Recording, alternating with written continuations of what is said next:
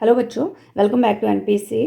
तो हम electric field and charges chapter first class 12th का पढ़ रहे थे। ठीक है, तो फर्दर उसमें जितने भी टॉपिक्स हमारे रिमेनिंग हैं हम उन्हीं टॉपिक्स को कंप्लीट करते हैं पहले एंड देन नेक्स्ट चैप्टर पर आएंगे। ओके, तो लास्ट वीडियो में हमने इलेक्ट्रिक फील्ड का जो कॉन्सेप्ट है वो पढ़ा था and electric field due two point charge किस तरह से फाइंड आउट करते हैं वो पढ़ा था। ठीक है, आज की वीडियो में हम न्यूमेरिकल सॉल्व करेंगे related to the electric field.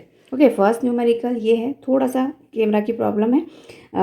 N electric field of 10 power 5 newton coulomb. ठीक है, इलेक्ट्रिक फील्ड आपको दिया हुआ है 10 की पावर 5 न्यूटन पर कूलम दिया हुआ है। Point due to west. Okay, electric field की डायरेक्शन क्या है? West. At a certain spot, एक पर्टिकुलर स्पॉट मैंने यहाँ पे मान लिया, तो इलेक्ट्रिक फील्ड की डायरेक्शन देयर ईस्ट।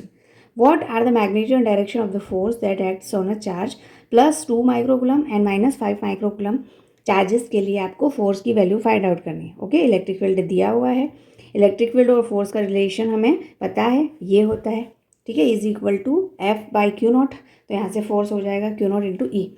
अगर आप पॉजिटिव 2 माइक्रोकूलम के लिए देखेंगे, ठीक है, माइक्रो को पहले तो कन्वर्ट करेंगे कूलम में, ऐसा यूनिट में, तो -6 मल्टीप्लाई हो जाएगा। ठीक है, तो ये हो जाएगा बेटा 10 की पावर, यहाँ पर क्या हो जाएगा 2 इंटू 10 की पावर -1, और -1 को क्या लिख सकते हैं 0.2 न्यूटन। ठीक है, तो ये आपका आंसर आ जाएगा। उसकी जो डायरेक्शन है, अगर पॉजिटिव चार्ज है तो अवे फ्रॉम द चार्ज, मतलब इस चार्ज से दूर, तो इधर हो जाएगा बेटा टुवर्ड्स वेस्ट। ओके, और अगर नेगेटिव चार्ज है, जैसे नेक्स्ट वाला नेगेटिव है, तो टुवर्ड्स द चार्ज की जो डायरेक्शन है वो इस डायरेक्शन में शो हो रही है, इसका मतलब ईस्ट की तरफ। ठीक है, किस तरफ? ईस्ट की तरफ। तो जो नेक्स्ट वाला -5 माइक्रोकूलम है चार्ज, उसके कारण जो फोर्स होगा वो कहाँ होगा? ईस्ट डायरेक्शन में। ठीक है, टुवर्ड्स ईस्ट। तो हम हमेशा इसी तरह से एरो से हम डायरेक्शन निकाल लेंगे, और ओनली जो फॉर्मूला है इसमें प्लस माइनस नहीं रखना है आपको। वेक्टर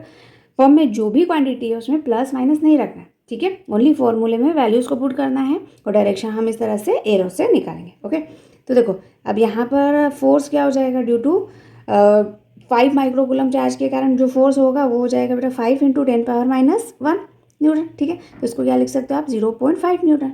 ओके, तो दोनों चार्जेस के लिए फोर्स की वैल्यू आ गई। ठीक है, ये आपका ईस्ट में। इसका मतलब क्या है कि अगर यहाँ पे इस डायरेक्शन में मैंने इलेक्ट्रिक फील्ड लगाई है, किस डायरेक्शन में? वेस्ट डायरेक्शन में, और यहाँ पर एक +2 माइक्रोकूलम चार्ज को रख दिया है, तो ये किधर जाएगा? तो ये इधर ही जाएगा। ठीक है, इधर जाएगा वेस्ट में। और अगर -5 माइक्रोकूलम चार्ज को रखा है तो ये ईस्ट में जाएगा। ठीक है, इसका मतलब ये है। नेक्स्ट क्वेश्चन है आपका, calculate the magnitude of electric field which can just suspend a deuteron. ठीक है, ऑफ मास। अब ये जो ड्यूट्रॉन है, यहाँ पे हमने क्या कर दिया है? एक इलेक्ट्रिक फील्ड, मतलब मान लो कि ये इलेक्ट्रिक फील्ड है और यहाँ पे हमने ड्यूट्रॉन को सस्पेंड कर दिया। ठीक है, ड्यूट्रॉन का मतलब क्या है? एक ड्यूटेरियम जो न्यूक्लियस है उसका एक पार्ट होता है, और इस पर जो चार्ज है बेटा वो होता है 1 कूलम। ठीक है, 1 कूलम चार्ज होता है। तो 1 कूलम मतलब जो 1E + 1E होता है। ठीक है, तो ये हो जाएगा 1.6 इंटू 10 पावर -19 कूलम। ठीक है, 1E का मतलब क्या है? E का मतलब जो बेसिक वैल्यू है, तो बेसिक वैल्यू कितनी होती है? ये कूलम चार्ज। इतना चार्ज जो होता है वो ड्यूटेरियम पर होता है। अब हमने क्या किया? इसको फ्रीली सस्पेंड किया, तो और इसका जो मास है वो भी आपको गिवन है 3.2 इंटू 10 पावर -27 kg।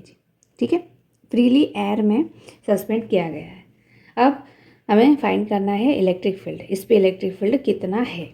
ठीक है, तो देखो जो इलेक्ट्रिक फील्ड होता है, ये होता है बेटा, क्या होता है? Q in force divide by charge. ठीक है, इस पर जो इलेक्ट्रिक फील्ड होगा वो क्या होगा? फोर्स, जितना भी फोर्स इस पे लग रहा है एंड डिवाइड बाय चार्ज। अब ये जो आपका ड्यूटेरॉन है, इस पे फोर्स नीचे की तरफ लग रहा है। कौन सा लग रहा है बेटा? mg। ठीक है, तो इलेक्ट्रिक फील्ड का जो फोर्स है F = QE, वो इस फोर्स को बैलेंस करेगा और इस ड्यूटेरॉन को गिरने से रोकेगा। ठीक है, तो इलेक्ट्रिक फील्ड अपोजिट डायरेक्शन में लगाना पड़ेगा, तभी ये दोनों फोर्स कैंसिल आउट होंगे, एक दूसरे से बैलेंस होगा।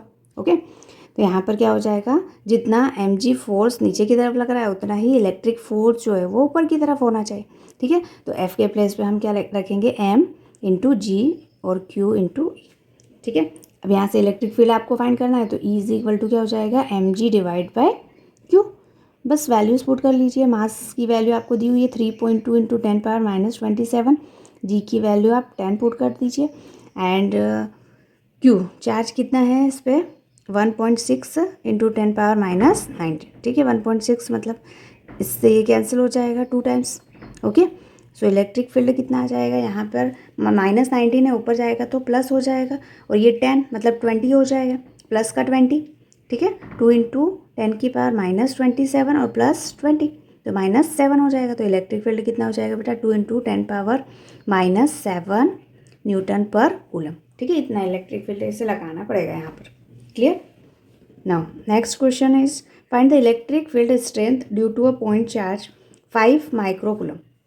चार्ज की वैल्यू आपको दी हुई है 5 माइक्रोकूलम, इसका मतलब 5 इंटू 10⁻⁻6 कूलम आपको प्लेस करना है चार्ज के प्लेस पर एट अ डिस्टेंस आपको दिया हुआ है 80 सेंटीमीटर, ठीक है। इलेक्ट्रिक फील्ड की वैल्यू फाइंड करना है। तो electric field due two point charge क्या होता है बेटा, Q/R², ओके। बस वैल्यूज़ पुट करिए। E इज इक्वल टू के की वैल्यू होती है 9 इंटू 10⁻9 और Q की वैल्यू आपको दी हुई है 5 इंटू 10⁻⁻6 और R की वैल्यू सेंटीमीटर है, इसका मतलब है 80 इंटू 10⁻⁻2 मीटर कर दीजिए, ठीक है। स्क्वायर है तो 80 इंटू 80 एंड 10⁻⁻4 हो जाएगा, ओके। इसे जब आप कैलकुलेट करेंगे तो 9 इंटू 5 और ये 8 इंटू 8 हो जाएगा, इधर 10 की पावर +3, ठीक है, और माइनस ये +2, ठीक है, और -4 -2 पर जाएगा तो +2 हो जाएगा, ठीक है। सो इलेक्ट्रिक फील्ड 9 पंजे 45 और ड्यूटी 64 एंड 10⁻5 हो गया, ठीक है। जब हम इसे कैलकुलेट करेंगे तो आपका जो आंसर होगा वो होगा बेटा अप्रोक्स यहाँ पे कितना आ जाएगा 0.7, ठीक है, इंटू 10⁻5 न्यूटन पर कूलम, ठीक है। इस तरह से भी लिख सकते हैं 7 इंटू 10⁻4 न्यूटन पर कूलम, क्लियर इतना। Next question, charge Q is equal to 1 microcoulomb is placed at point, ठीक है। यहाँ पे रखा हुआ है चार्ज और इसके कोऑर्डिनेट्स आपको दिए हुए हैं। Find the electric field at the point.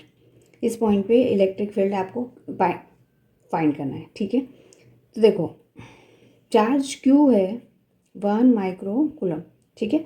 तो 1 इंटू 10⁻⁻6 कूलम लिखेंगे, ओके। अब इस चार्ज के जो कोऑर्डिनेट्स हैं, ठीक है, ये जो चार्ज है इसके कोऑर्डिनेट है आपको दिए हुए हैं तीनों पॉजिटिव में, ओके। तो यहाँ पर हम इस तरह से लिख देंगे i cap +2 j cap +4 k cap, ठीक है।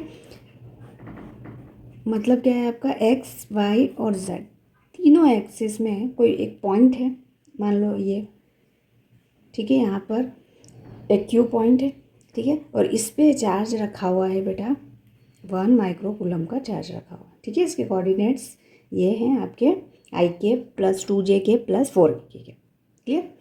अब आपको फाइंड करना है फील्ड, ठीक है। -4 का मतलब ये जो z कैप है, ठीक है, इसके अपोजिट साइड में, ठीक है। अगर इनवर्ड को हम पॉजिटिव ले रहे हैं तो आउटवर्ड को नेगेटिव लेते हैं, ठीक है। तो नेगेटिव और ये वाई एक्सिस मतलब ये नीचे वाला एक्सिस, ठीक है, और यहाँ पे 3m मतलब z एक्सिस इनवर्ड अंदर। तो यहाँ पर कहीं पर अंदर साइड, ठीक है, वाई एक्सिस के नीचे साइड अंदर साइड कोई भी एक पॉइंट है P, यहाँ पे हमें इस चार्ज के कारण इलेक्ट्रिक फील्ड फाइंड करना है, ठीक है। इस चार्ज के कारण इलेक्ट्रिक फील्ड इस पॉइंट पे कितना होगा ये हमें फाइंड करना है, ठीक है। तो इसके जो कोऑर्डिनेट है, इस पॉइंट P के जो कोऑर्डिनेट है बेटा वो हम लिख लेते हैं। यहाँ पर कितना आ जाएगा -4 j केप +3 k केप, ठीक है। इन दोनों के बीच का जो डिस्टेंस है वो हमें फाइंड आउट करना पड़ेगा, क्योंकि जो फॉर्मूला है वो क्या होता है इलेक्ट्रिक फील्ड का, E is equals to KQ/R², ठीक है। और अगर मैं वेक्टर फॉर्म में बात करूँ तो यहाँ पर के क्यू आर क्यूब हो जाएगा और ये यूनिट वेक्टर, ठीक है। तो इन दोनों के बीच का डिस्टेंस हमें पता करना चाहिए। तो इन दोनों के बीच का डिस्टेंस जब हम इसमें से इसको माइनस करेंगे, ठीक है, ये पॉइंट पी के जो कोऑर्डिनेट्स हैं और क्यू के कोऑर्डिनेट है एक दूसरे को माइनस करेंगे तो आ जाएगा आपका डिस्प्लेसमेंट, ठीक है, आर आ जाएगा। तो यहाँ पर इन दोनों के बीच का जो डिस्टेंस है, अब देखो ये पॉइंट पी पे electric find the electric field at point P पे इलेक्ट्रिक फील्ड फाइंड करने। अब पी पे ये चार्ज कैसा है, पॉजिटिव, तो इलेक्ट्रिक फील्ड की जो डायरेक्शन है वो अवे फ्रॉम द चार्ज होगा, ठीक है, अवे फ्रॉम द चार्ज। तो यहाँ से यहाँ तक की जो डिस्टेंस है आर पी क्यू, जो डिस्टेंस हो जाएगी बेटा R P minus R Q, ठीक है। ये हो जाएगा आपका -4j plus 3k cap minus i(j) minus 2j minus 4k। इसे आप सॉल्व करेंगे तो R P Q is equal to minus i(, ठीक है, minus 6j and minus k, ठीक है। अगर इसका आपका मैग्नीट्यूड लेना है तो ये हो जाएगा बेटा मैग्नीट्यूड √1² 6 36 प्लस 1 37 38, इसका मतलब √38 इसकी वैल्यू हो जाएगी आर की, ओके, मैग्नीट्यूड हो जाएगा आर का।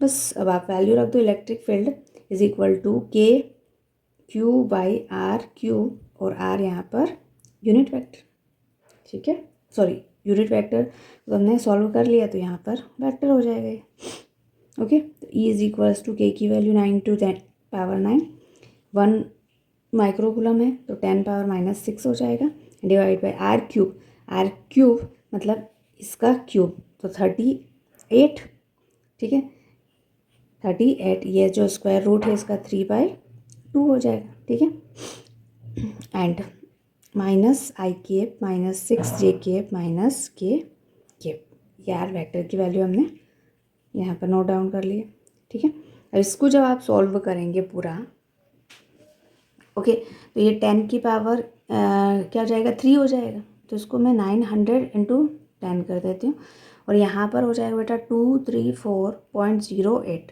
ठीक है। इसे सॉल्व करेंगे तो i() minus 6j minus k is equal to E, okay, E is equal to, इसे जब आप सॉल्व करेंगे तो आपका फाइनली आंसर आएगा 38.4, 10 का मल्टीप्लाई भी कर दिया, ठीक है, minus i() minus 6j minus k, clear.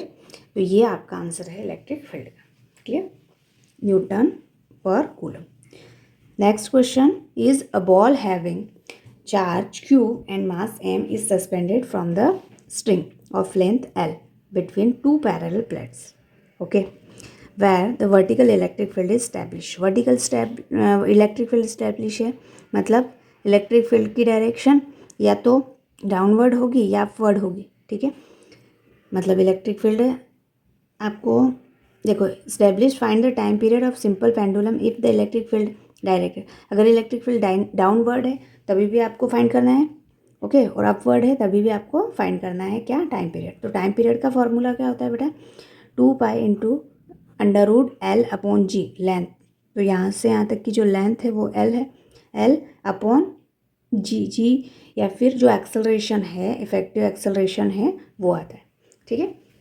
अब यहाँ पर एक चार्ज रखा हुआ है जिस पे Q चार्ज है एक पॉइंट, ठीक है, और मास कितना है इसका m मास और चार्ज कितना है Q, यहाँ पे सस्पेंड किया गया है। अब ये नीचे आएगा, ठीक है, अगर इलेक्ट्रिक फील्ड नीचे की तरफ है तो एक्सेलरेशन बहुत ज़्यादा होगा, लेकिन ऊपर की तरफ है तो एक्सेलरेशन कम, लेकिन नीचे की तरफ जो फोर्स लगेगा F is equal to mg, उसकी वजह से ये नीचे आएगा, ओके। बट एक्सेलरेशन अपोजिट अगर इलेक्ट्रिक फील्ड है तो एक्सेलरेशन थोड़ा कम हो जाएगा, तो इफेक्टिव एक्सेलरेशन हमें यहाँ पे फाइंड आउट करके रखना पड़ेगा, ठीक है। अगर मैं फर्स्ट केस डाउनवर्ड की बात करूँ, किसकी, डाउनवर्ड्स अगर मैंने इलेक्ट्रिक फील्ड लगाए है तो जो इफेक्टिव एक्सेलरेशन है वो कितना होगा, ठीक है। तो इफेक्टिव एक्सेलरेशन का मतलब सिंपल ही जो एक्सेलरेशन है F is equal to m × a, ये फॉर्मूला आपको पता है, ठीक है। ये वाला जो आपका टॉपिक है डिटेल में हम आगे पढ़ेंगे लॉज ऑफ मोशन में, ठीक है,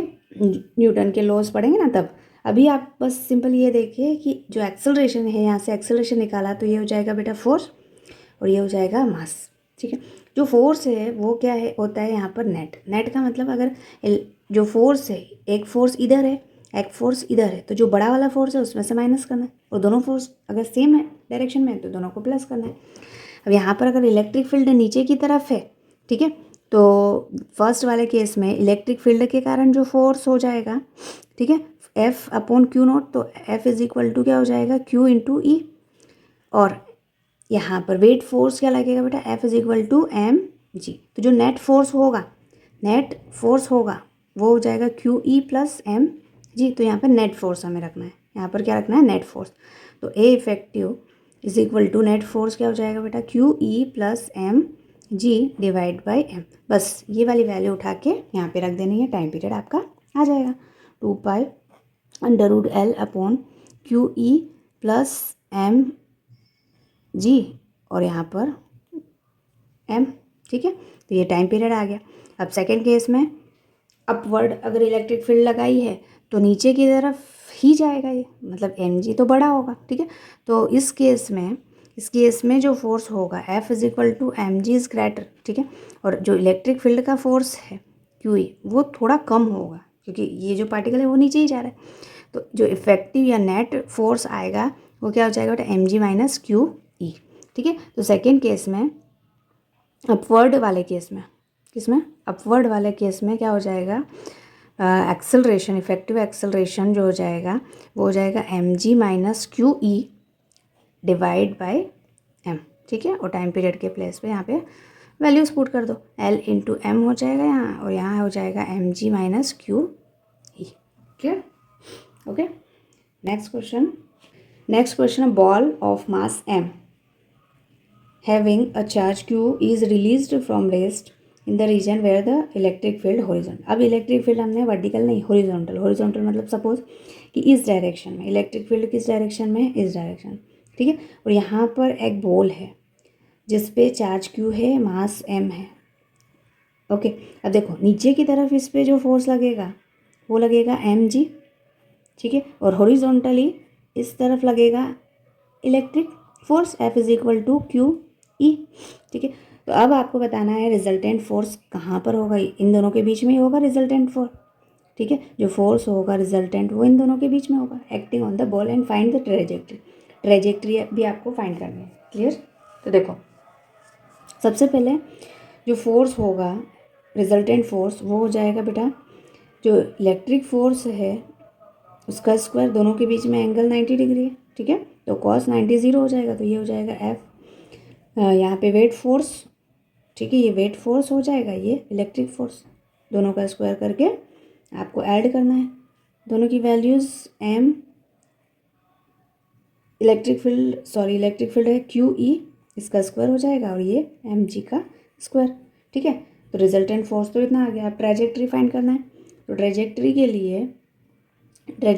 लिए मुझे एक्सेलरेशन चाहिए, ठीक है। तो एक्सेलरेशन है नीचे की तरफ, तो जो एक्सेलरेशन होगा, ठीक है, एम जी, तो नीचे की तरफ जो एक्सेलरेशन होगा वो तो जी होगा, लेकिन ये इलेक्ट्रिक फील्ड के लिए जो एक्सेलरेशन होगा बेटा यहाँ पर क्या हो जाएगा, एक्सेलरेशन फोर्स क्यू ई, ठीक है। और इसका मास एम है, तो नीचे की तरफ जो फोर्स लगेगा वो एम जी, ठीक है। तो इसमें जो एक्सेलरेशन होगा वो जाएगा क्यू ई बाई एम, ठीक है। अगर इलेक्ट्रिक फील्ड के कारण जो एक्सेलरेशन होगा वो ये होगा, ठीक है, मतलब हॉरिजॉन्टल एक्सेलरेशन ये और वर्टिकल तो जी ही होगा, ओके। तो हम क्या करेंगे, डिस्प्लेसमेंट जो इक्वेशन हमने S is equal to U T plus half A T square हमने पढ़ा है, इसके थ्रू हम ट्रेजेक्ट्री फाइंड करेंगे, ठीक है। अगर मैं हॉरिजॉन्टल के लिए फाइंड आउट करती हूँ तो एक्स डायरेक्शन के लिए, तो डिस्प्लेसमेंट यहाँ X is equal to initial velocity, सिर्फ पार्टिकल को मतलब ड्रॉप ही किया है, तो ये इनिशियल वेलोसिटी तो ज़ीरो हो जाएगा, यहाँ पे हाफ इंटू एक्सेलरेशन कितना हो जाएगा बेटा, यहाँ से Q E by M T square, ठीक है। और वर्टिकल के लिए जो एक्सेलरेशन होगा वो जी हो जाएगा और टी स्क्वायर, ठीक है। और अगर आप वाई बाई एक्स करते हैं तो ये हाफ से हाफ कैंसिल, ठीक है, ये टी स्क्वायर से टी स्क्वायर कैंसिल, क्लियर। तो जी और एम भी ऊपर आ जाएगा, तो ये हो जाएगा M G divide by Q E, ठीक है। तो यहाँ से y is equal to X को इधर मल्टीप्लाई में ले लेंगे तो M G divide by Q E into X, ये सब कांस्टेंट है तो y is directly proportional to x, ठीक है। इसका मतलब क्या है, y is equal to M X plus C, straight line की इक्वेशन है। तो जो पाथ होगा वो कैसा होगा वैसा बेटा, स्ट्रेट लाइन। क्लियर, इस तरह से हम पाथ फाइंड आउट करेंगे। A block of mass m having charge q, ठीक है, एक ब्लॉक है, इस पर चार्ज q है, मास m है, ठीक है। इनिशियली तो ये x इज इक्वल टू, अभी इसका एक्सटेंशन नहीं है। अब एक्चुअली में इसमें अगर मैं इलेक्ट्रिक फील्ड इस डायरेक्शन में लगाऊँ, ठीक है, तो इस पर जो फोर्स लगेगा, ठीक है, इलेक्ट्रिक फील्ड के कारण वो हो जाएगा क्यू ई, ठीक है, और उसकी डायरेक्शन ये। लेकिन ये जो स्प्रिंग है, स्प्रिंग फोर्स भी लगता है, और जो भी फोर्स ये लग रहा है इसके अपोजिट डायरेक्शन में, मतलब स्प्रिंग फोर्स जो हो जाएगा वो इधर हो जाएगा, और के एक्स होता है स्प्रिंग फोर्स, ठीक है। अब यहाँ पे एक्सपेंशन 0 है, मतलब एक्स नॉट। क्लियर, बस इस केस में आपको इक्विलिब्रियम कंडीशन में क्या करना है, ये दोनों फोर्सेस को इक्वल कर देना, ठीक है। देखो स्प्रिंग कांस्टेंट के है, this arrangement is placed in uniform electric field E on the smooth horizontal surface as shown in figure. Initially spring is unstretched, find the extension of spring in equilibrium position and maximum extension, ठीक है। X nought की value find करनी है और maximum extension कितना होगा, electric field अगर हम पावरफुल लगा दें तो मैक्सिमम एक्सटेंशन कितना होगा। तो हमेशा याद रखना कि मैक्सिमम इस केस में एक्सटेंशन 2x नॉट होगा, ठीक है। डिटेल में हम आगे के चैप्टर्स में पढ़ेंगे। तो अब इक्विलिब्रियम, ठीक है, कौन सी कंडीशन में, इक्विलिब्रियम की कंडीशन में। इक्विलिब्रियम की कंडीशन में बेटा क्या होगा, दोनों फोर्सेस जो हैं वो इक्वल हो जाएंगे, तो F E is equal to F S. Clear, तो यहाँ से हो जाएगा Q E is equal to K X naught, okay, K X naught is equal to Q E लिख सकते हैं, ठीक है। तो ये जो एक्सटेंशन है X naught is equal to Q E divide by K हो जाएगा, ठीक है। तो ये आपका एक्सटेंशन की वैल्यू आ गई। मैक्सिमम एक्सटेंशन कितना होगा, तो maximum extension 2x not, maximum extension जो होगा बेटा वो क्या हो जाएगा 2x नॉट। तो इसमें सिर्फ आपको 2 का मल्टीप्लाई करना है, 2 into Q E divide by के, ठीक है। तो ये जो के है ये क्या है बेटा, स्प्रिंग कांस्टेंट है, स्प्रिंग कांस्टेंट। Clear, okay.